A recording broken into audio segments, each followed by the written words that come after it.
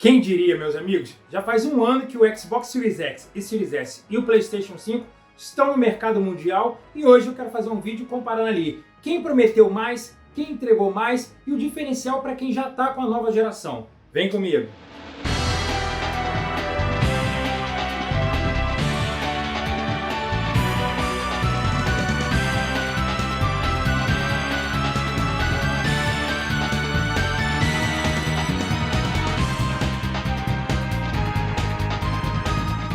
Caros amigos gamers, sejam bem-vindos a mais um vídeo do Games Debate. Eu sou o André Vandoni e hoje eu quero dar minha opinião sincera a essa nova geração que completa um ano em novembro com o PlayStation 5, versão digital e versão com disco, inclusive eu tenho aqui a versão com disco, e o Xbox Series S e Series X da Microsoft. Então a gente viu ali que os dois consoles chegaram num ano muito conturbado, com uma pandemia mundial acontecendo e muitas das promessas feitas ali nos eventos de lançamento, como possibilidade de jogos exclusivos chegando no dia do lançamento, né, ou outras funções também, acabaram ficando de lado e alguns só recebendo novidades em 2021 e até muitas coisas prometidas para 2021 acabou sendo movida para 2022. Então eu quero fazer hoje uma análise desse um ano de PlayStation 5 e de Xbox Series X e Series S, mesmo não tendo o Xbox Series X aqui comigo, mas eu pude ter o Xbox Series S, fiz unboxing aqui no canal, se você não viu, eu vou deixar o card aqui em cima. E como eu tenho já um Xbox One que, na minha opinião, tirando ali as capacidades da nova geração, como a Velocity Architecture, né, e o hardware melhor do Xbox Series X, na minha opinião, ainda estou dentro do Xbox, então tenho propriedade para falar sim, beleza? Então quero, antes de continuar, agradecer a todo mundo que acompanha aqui o canal, deixa o seu like, muito obrigado, Deus abençoe a todos. Então, se você ainda não é inscrito, se inscreve, tem muitas novidades chegando, ativa as notificações, claro, para você não perder nada, beleza? Então vamos embora lá. Então, meus amigos, mesmo com o lançamento meio que num momento conturbado globalmente falando por causa da pandemia do Covid-19, né? Ainda assim, Microsoft e Sony tiveram grande sucesso na chegada do PlayStation 5 e a Microsoft também com a chegada dos dois consoles, Xbox Series S e Series S.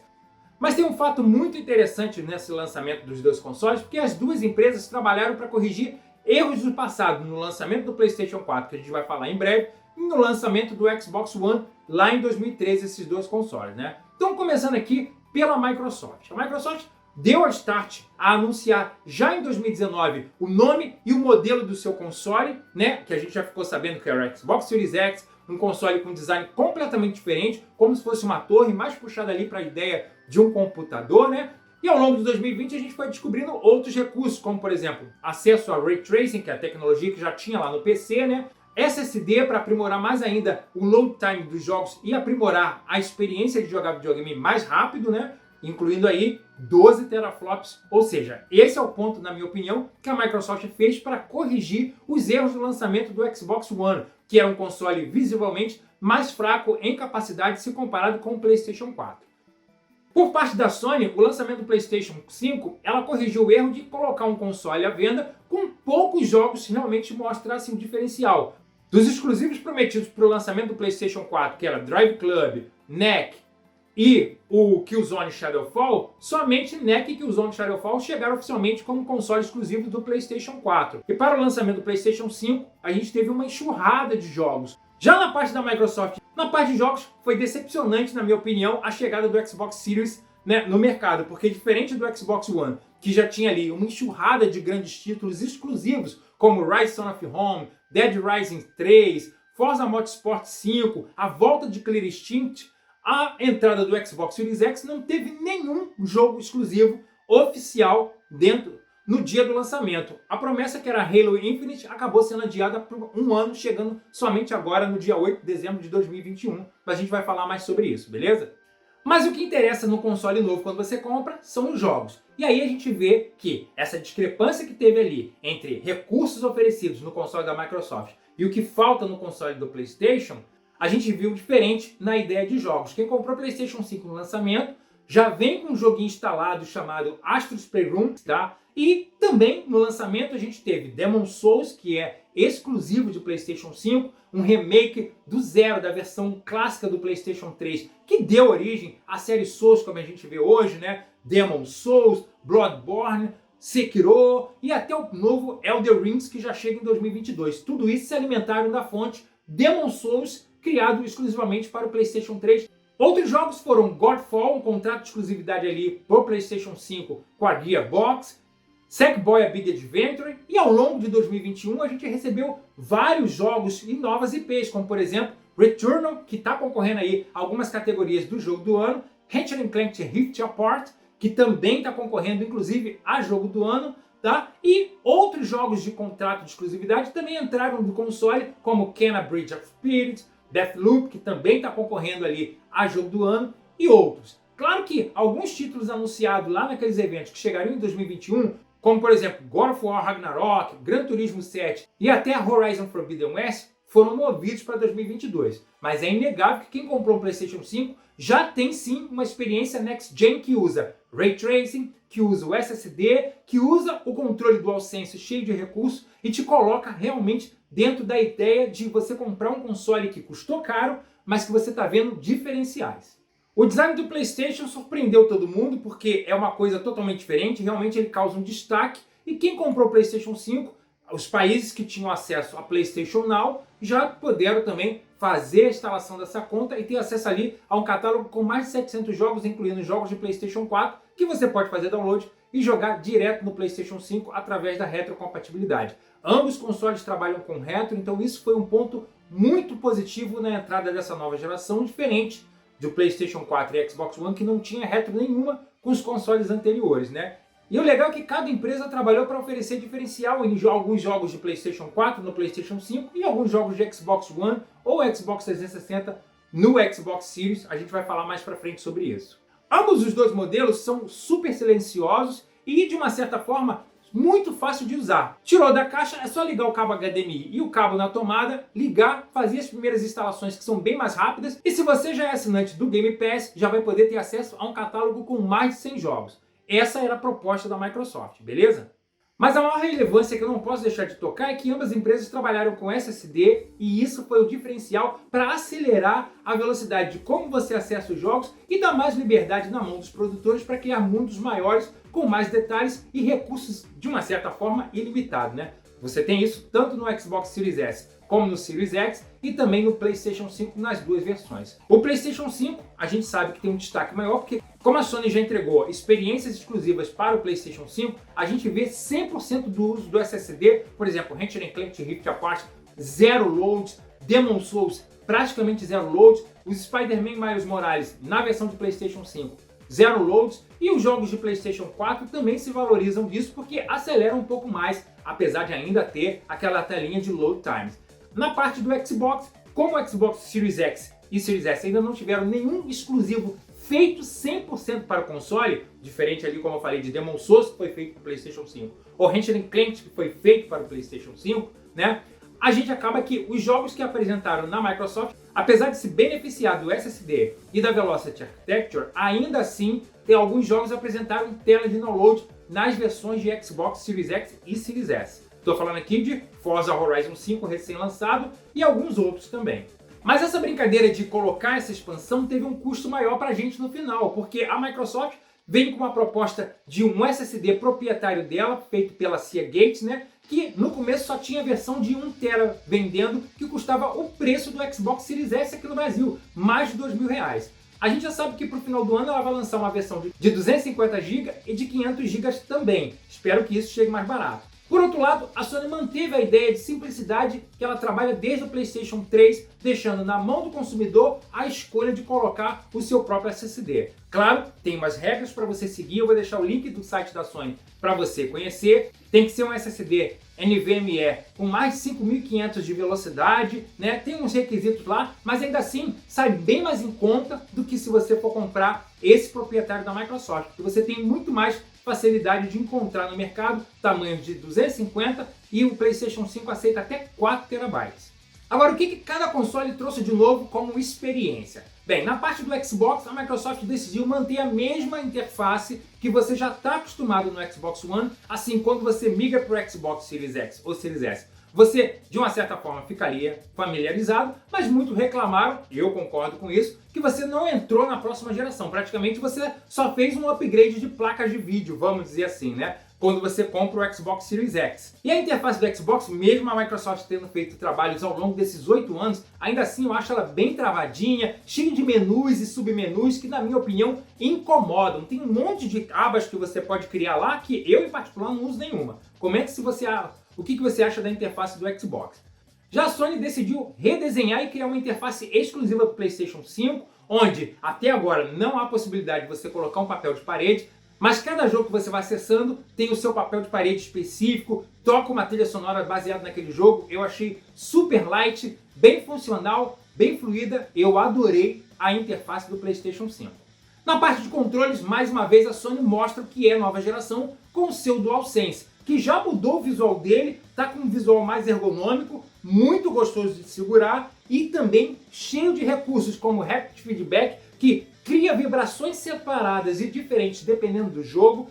Também incorporou um microfone que tem interação em alguns jogos, né? Também usa o Adaptive Triggers, que dependendo do jogo, seja corrida, seja tiro, cada ação que você faz nos Adaptive Triggers, direito e esquerdo, você vai ter uma função diferente. Por exemplo, em Call of Duty, se a sua arma acabou, ele trava, você não consegue apertar ele. Cara, é muito inovador isso. Além de já ter alguns recursos que tinha no PlayStation 4, no DualSense do PlayStation 4, que é a Touch Bar, redesenhada também, e o mini alto-falante, que agora foi aprimorado para dar mais 3D quando você joga alguns jogos. Então você tem o Haptic Feedback, o Adaptive Triggers, um microfone aqui e também um mini alto-falante, que tudo isso faz uma interação completamente nova nos jogos. Na parte do Xbox, apesar de eu estar com o controle do Xbox One, é porque praticamente não mudou nada. Tirando o D-pad, que ganhou um design diferente, e é acrescentado ali um botão Share, você tem o mesmo controle de Xbox One. Agora, um ponto interessante. Ambos os consoles são compatíveis com seus controles e acessórios da geração passada. Apesar dos dois consoles virem com as mais altas tecnologias dos novos processadores da AMD, com arquitetura Navi, com RDNA, enfim, aqui a gente vê uma separação muito grande na forma que a Microsoft entrega seu console para o consumidor e a forma que a Sony entrega. O que eu estou querendo dizer aqui? Apesar dos dois consoles lerem hoje leitor de Blu-ray 4K, né? E aí você tem a vantagem, se você gosta de filmes, já ter filmes em Blu-ray 4K, na casa do Xbox, além disso, você tem o Dolby Vision nos serviços de streaming, caso a sua televisão seja compatível. Você também tem o Dolby Vision Game, que recentemente chegou, tem vídeo no canal falando sobre isso, vou deixar o card aqui em cima.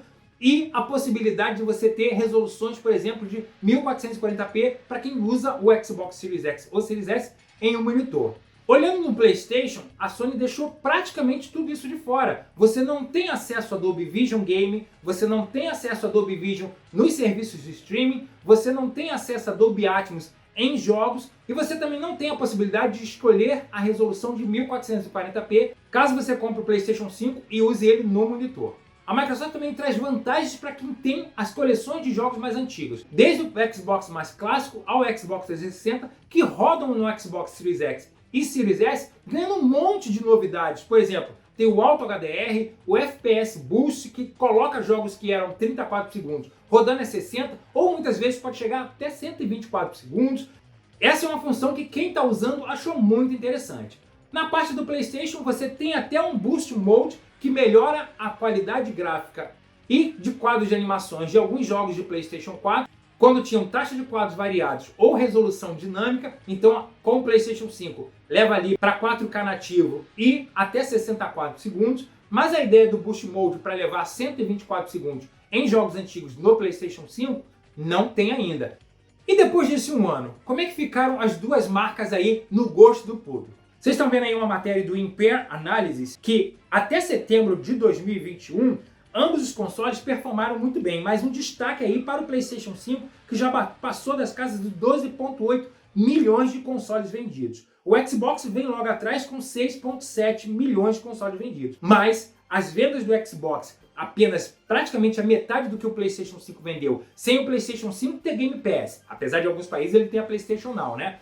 Mas o PlayStation 5 se vale do legado muito bem sucedido do PlayStation 4, que já passou de 114 milhões de consoles vendidos, uma geração limpa, bonita, com contrato de exclusividade. Por exemplo, o Street Fighter V é console exclusivo de PlayStation, fora os lançamentos dos estúdios da Sony, ganhadores de prêmios como God of War, The Last of Us Part 2, Ghost of Tsushima, Death Stranding, o primeiro jogo do Kojima é console exclusivo de PlayStation, e isso trouxe relevância novamente para a marca PlayStation. E a gente viu que a geração do Xbox One foi um fiasco, com alguns estúdios sendo fechados, jogos prometidos para ser lançados como Fable Legends, o Scalebound cancelados no meio do caminho e nenhum contrato de exclusividade relevante para manter a marca Xbox lá, tirando ali, claro, os benefícios com a retrocompatibilidade e, é claro, o Game Pass. Mas a gente sabe que a Microsoft não está preocupada em vendas desde que o Game Pass chegue em mais pessoas. Outro ponto também, que pode deixar claro a pouca procura de compras de console Xbox Series X e Series S da Microsoft, é o Cloud Game chegando para todas as plataformas. Inclusive aí ela anunciou que já está colocando essa possibilidade para os donos de Xbox One. Ou seja, se você não comprou um Xbox Series X ou Series S ainda, via streaming você vai poder jogar jogos de Xbox Series X e Series X, jogos da nova geração, começando ali inclusive com The Medium, que até então só roda no Xbox Series, né? Já no seu Xbox One, claro, dependendo de uma boa internet, dependendo de um bom roteador, mas isso já vai estar na sua mão. E no futuro, quem sabe, até um aplicativo de TV. Ou seja, vender console como é importante ainda para a Sony e para a Nintendo, no futuro pode não ser mais para a Microsoft. Por parte da Sony, ela está indo de vento em polpa, já fechou um monte de contratos de exclusividades e para 2022 vai ser um ano muito forte para o PlayStation 5. Ou seja, são 25 jogos sendo produzidos para o PlayStation 5 e a Sony vai tentar manter esse nível de qualidade, de beleza nos seus jogos e, claro, sempre mantendo os contratos de exclusividade para manter a relevância da plataforma PlayStation 5. E a gente viu que se refere muito bem, porque nem é todo mundo que conseguiu até hoje pegar um PlayStation 5, porque é muito escasso no mercado e quando chega, acaba bem rapidinho. A mesma coisa acontece com o Xbox Series X. É claro que a gente sabe que nos últimos anos a Microsoft comprou um monte de estúdios para colocar eles para trabalhar pro Game Pass e assim oferecer experiências e jogos exclusivos ali. Como a gente já tem ali anúncios para 2022 como Crossfire X, como o Stalker 2 e no final do ano o lançamento de Starfield, que promete ser um dos maiores RPGs espaciais feito ali pela Bethesda, que vai estrear exclusivamente no Game Pass. Então eu vou ficando por aqui, muito obrigado a todos. Deixa aí nos comentários se você já comprou seu PlayStation 5, se você já comprou seu Xbox Series X ou Series S e como foi esse seu primeiro ano jogando esses consoles. Comprou todos os jogos? Acessou mais o Game Pass? Deixa aí nos comentários. Eu vou ficando por aqui. Deus abençoe a todos. Um abraço e até o próximo. Tchau, gente!